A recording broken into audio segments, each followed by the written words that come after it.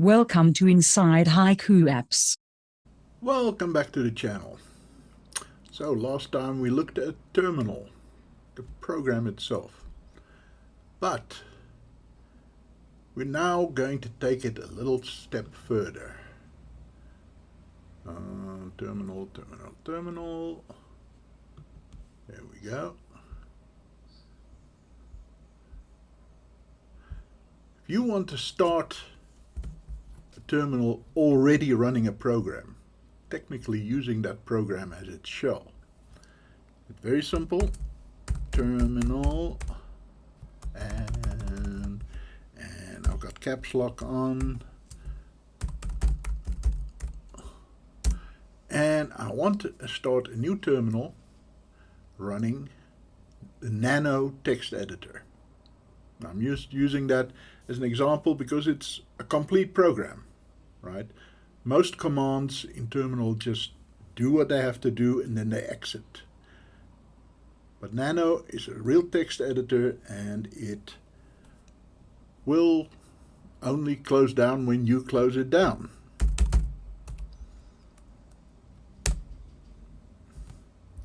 And that's all that it takes. Now, if you come from the Linux world, let's just close that. That's Control X. Now you see that terminal closed down immediately because it was using Nano instead of Bash as its shell.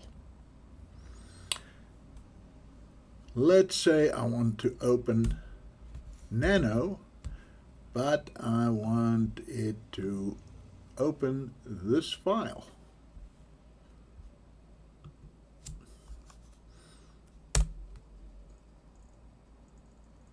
There we go.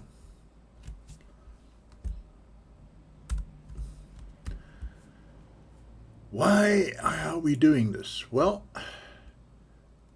if you edit this file a lot, then you can make a little program called a shell script.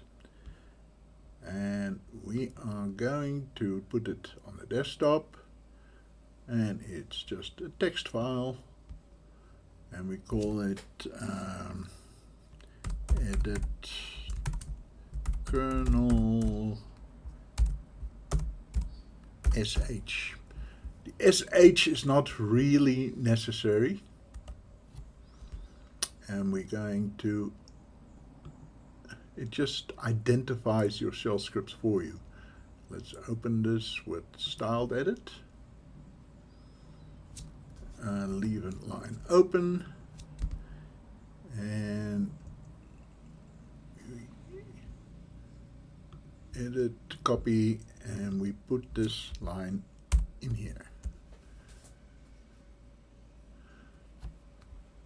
All right, and we can close this down now. So there are two things that you need to do to turn this into a program that you can run just by clicking on it. And the first one is hash exclamation mark then. That tells you what interpreter, in this case sh, which is a symlink to bash, to use to run the program. Now, it could have been Perl, it could have been Python, it could have been some basic interpreter. Let's close this down, save it, and let's get info. The second thing is the permissions. You want to be able to execute this. So click all three. Only the first one is really necessary, but there are three, so let's just do that. Now, let's see what happens when I double click that. And I've written a little program that calls up this text editor and automatically loads the file I want to.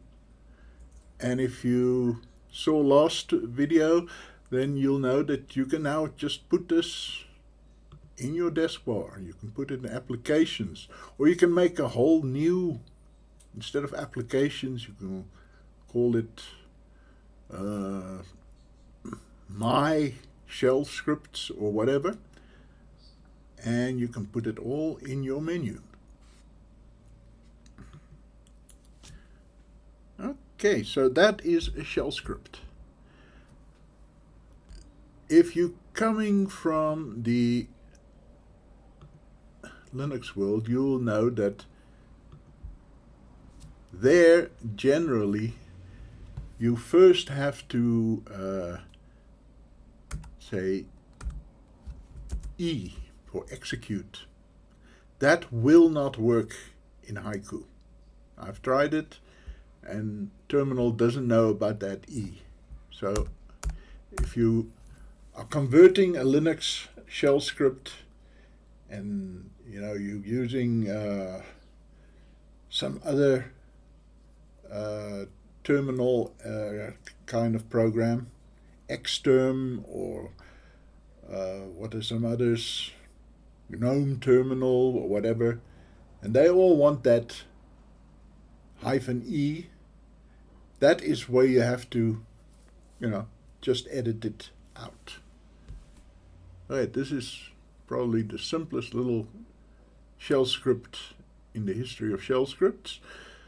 Nevertheless, even if it gets to hundreds or 1,000 lines, this is the basis on which they all work. Okay, close that, don't save.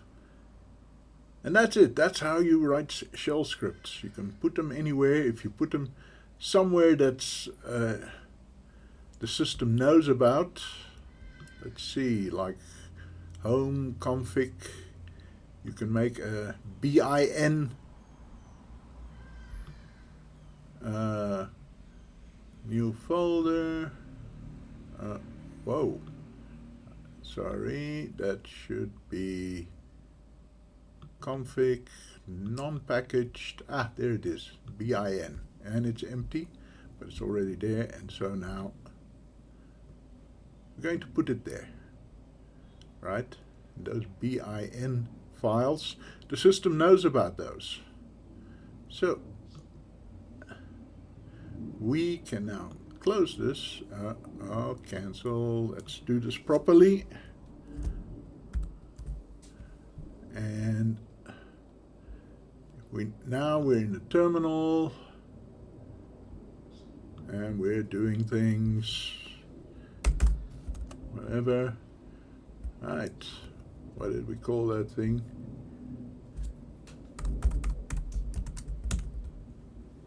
It is now available as a command.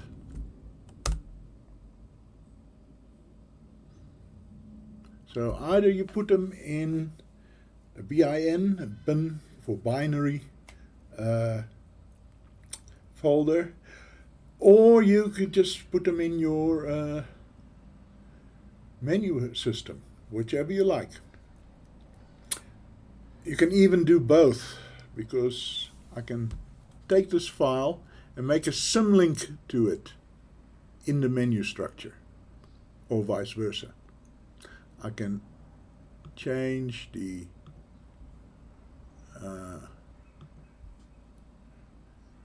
icon of it, make it look a bit nicer, whatever I want. Okay, and that is how you write shell scripts. We will be seeing more of them, and if necessary, just refer back to this video if you need a refresher on the basics. Okay, I'll see you next time. I think we'll do a few more demos, a few low-hanging fruit. Bye-bye.